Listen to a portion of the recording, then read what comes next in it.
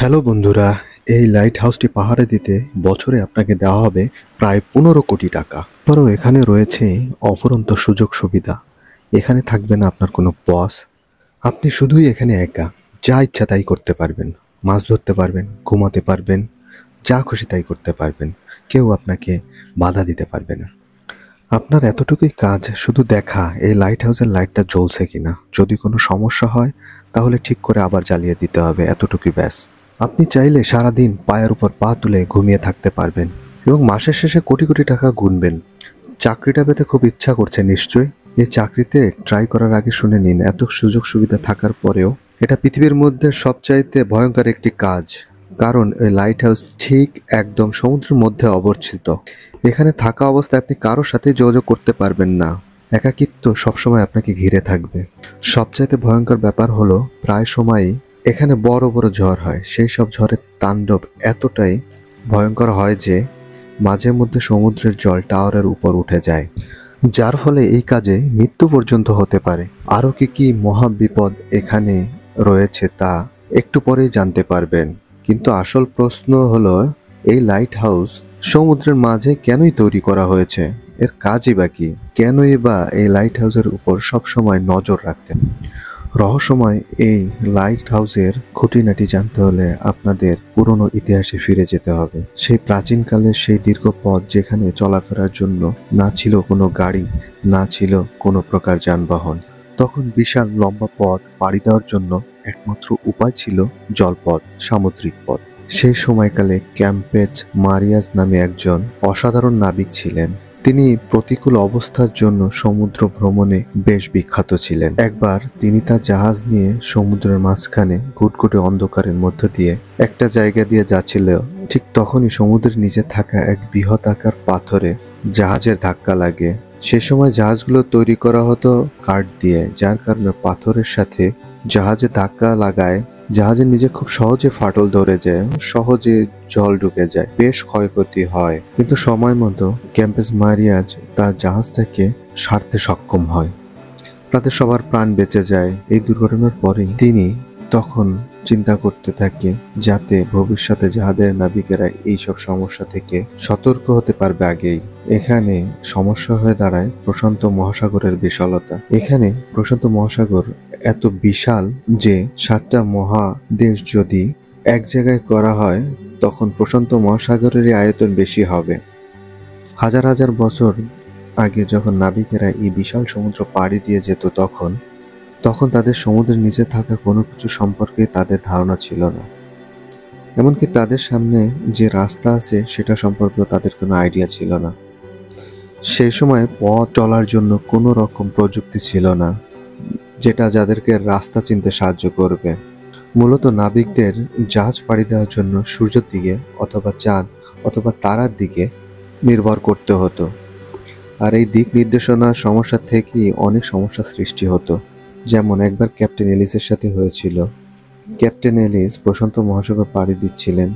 একদিন হঠাৎ ঝড় শুরু হয়, পুরো আকাশ ঢেকে যায় কালো মেঘে। স্বাভাবিকভাবে আকাশের সকল তারা মেঘের নিচে ঢাকা পড়ে যায়, চাঁদও মেঘের নিচে ঢাকা পড়ে যায়। তখন প্রচণ্ড ঝড়ের মধ্যে তারা রাস্তা হারিয়ে ফেলে, থেমে যায়। তারা দেখতে পারে বিশাল সমুদ্রের মাঝে তারা হারিয়ে গিয়েছে। তাদের কাছে তখন খাবার জন্য কিছুই ছিল না, এমনকি বিশুদ্ধ খাবার পানিও ছিল না। ক্ষুধায় নাবিকদের অবস্থা খুব খারাপ হয়ে যায়। তারা বিশাল সমুদ্রের মধ্যে থেকেও জলের অভাবে কাতর হয়ে যাচ্ছিল, যার ফলে অনেক নাবিক মারা গিয়েছিল। এরপর অনেক কষ্টে অনেকদিন পর ক্যাপ্টেন তীরের দেখা পায়। এরপরে মূলত শুরু হয় লাইট হাউস তৈরির যাত্রা। মিশরের ভূমধ্য সাগরেরই পাশে ছিল আলেকজান্ড্রা, যার শাসক ছিলেন টলেমি দ্য সেকেন্ড ফিলামিফিয়া। এই সময়ে ওই স্থানের জন্য সবচেয়ে বড় সমস্যা ছিল তাদের লোকেশন বা অবস্থান। এই দৃশ্যটি লক্ষ্য করলে বুঝতে পারবেন এই শহরে ঢুকতে গেলে এই সরু পথ দিয়েই তাদের যাতায়াত করতে হতো।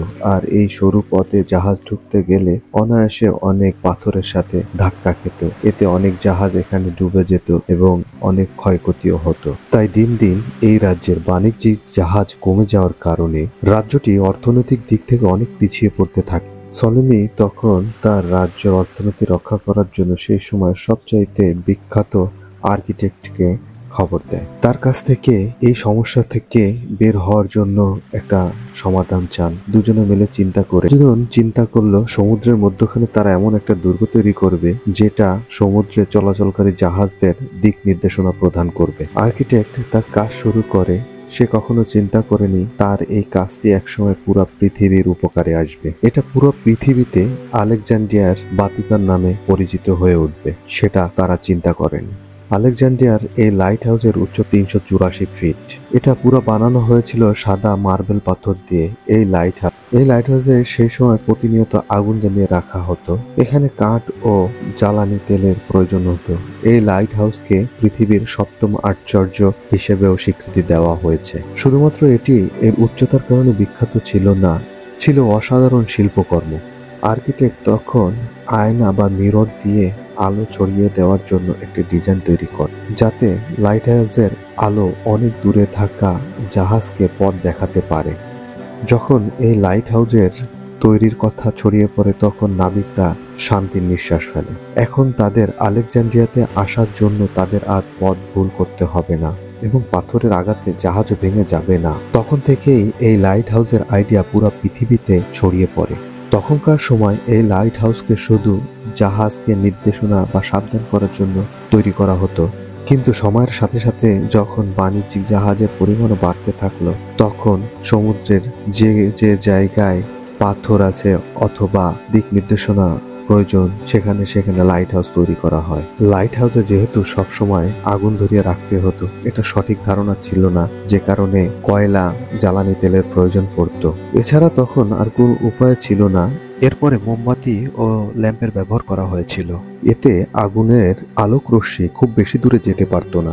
এরপরে আবিষ্কার হয় বৈদ্যুতিক বাল্ব, যে কারণে লাইট হাউসগুলোতে আগুনের পরিবর্তে বৈদ্যুতিক বাল্ব ব্যবহার করা হয়। কিন্তু তারপরেও এই আলো খুব বেশি দূর যেতে পারতো না, কারণ লেন্সগুলোকে বাল্বের পেছনে লাগাতে হতো।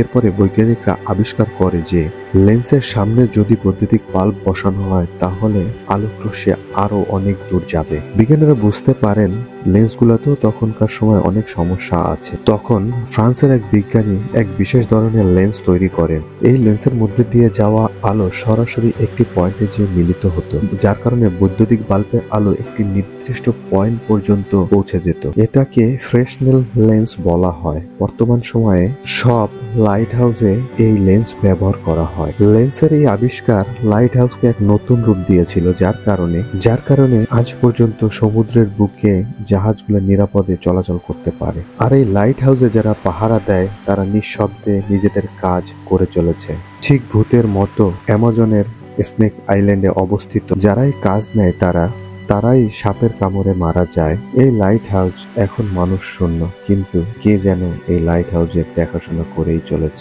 এমন অনেক লাইট হাউসের কাহিনী আছে যা আপনাদের একটি রাতও লাইট হাউসে থাকার অনুপ্রেরণা যোগাবে না। তো কোনো সাধারণ মানুষকে এত পারিশ্রমিক দেওয়ার পরও নির্জন এই লাইট হাউসে তারা থাকতে চায় না।